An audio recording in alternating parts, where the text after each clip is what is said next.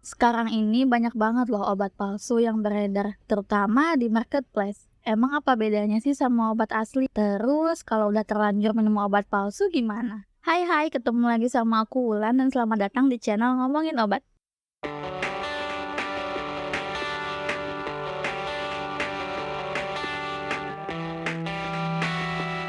Pertama-tama, ayo kita bahas dulu apa itu obat palsu. Satu, obat yang diproduksi oleh orang atau lembaga yang tidak memiliki izin produksi sesuai dengan perundang-undangan yang berlaku. Jadi, untuk produksi obat itu nggak boleh sembarangan ya. Ada banyak persyaratan yang harus dipenuhi. Kalau diproduksi tanpa izin, jelas jadi obat palsu.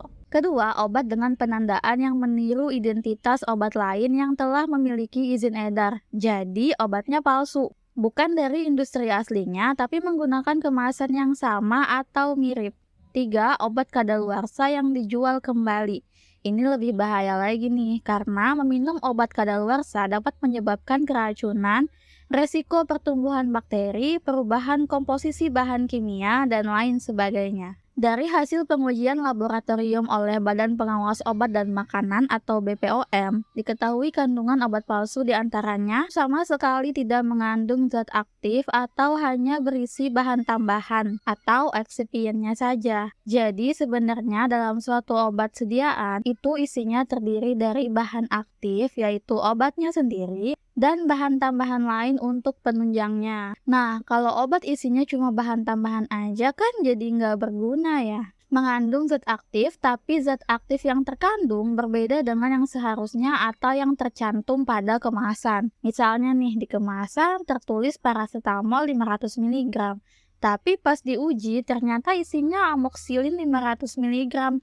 Kan bahaya banget ya kalau kita sampai minum obat yang tidak kita perlukan. Apalagi kalau obatnya ternyata antibiotik, mengandung zat aktif dengan jumlah lebih rendah dari yang seharusnya atau tercantum pada kemasan. Di kemasan tertulis 500 mg, ternyata aslinya cuma 100 mg. Gimana mau sembuh? Nah, untuk menghindari hal-hal tersebut, kita perlu memahami perbedaan antara obat asli dan juga obat palsu. Pertama, dari kualitas kemasan biasanya kurang baik. Kita dapat membandingkannya dengan kemasan obat yang sebelumnya kita sudah pernah beli. Kedua, tampilan kemasan berbeda. Mau dibuat semirip apapun, yang palsu tidak akan pernah sama persis dengan aslinya. Ketiga, cetakan nomor atau informasi pada kemasan tidak jelas atau buram. Keempat, nama produsen berbeda atau tidak dikenal. Nah, untuk tahu hal ini, kamu bisa cek daftar produsen obat resmi melalui situs BPOM ya, atau bisa klik link yang ada di deskripsi.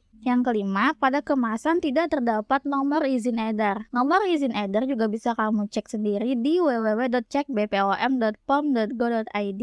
Dan yang terakhir, yang keenam, efek yang dirasakan tentu saja berbeda dari yang seharusnya atau tidak memberikan efek sama sekali. Oke, berikut tips supaya kita terhindar dari obat palsu. Yang pertama, belilah obat hanya di sarana pelayanan kefarmasian yang resmi, seperti apotik atau toko obat berizin. Dua, jika mendapatkan resep dari dokter, tebuslah resep obat atau obat keras hanya di apotik. Tiga, jangan membeli obat secara online kecuali di penyedia sistem elektronik farmasi yang terdaftar. Keempat, konsultasikan dengan dokter bila kondisi kesehatan tidak membaik setelah minum obat. Kelima, sebelum membeli obat, perhatikan kondisi kemasan dengan baik, seperti kemasan masih tersegel dengan baik, kebersihan kemasan terjaga, label dalam kondisi baik, informasi pada label sesuai ketentuan yaitu terdapat nama obat, nomor izin edar, nama dan alamat produsen, nomor batch produksi, dan tanggal kadaluarsa.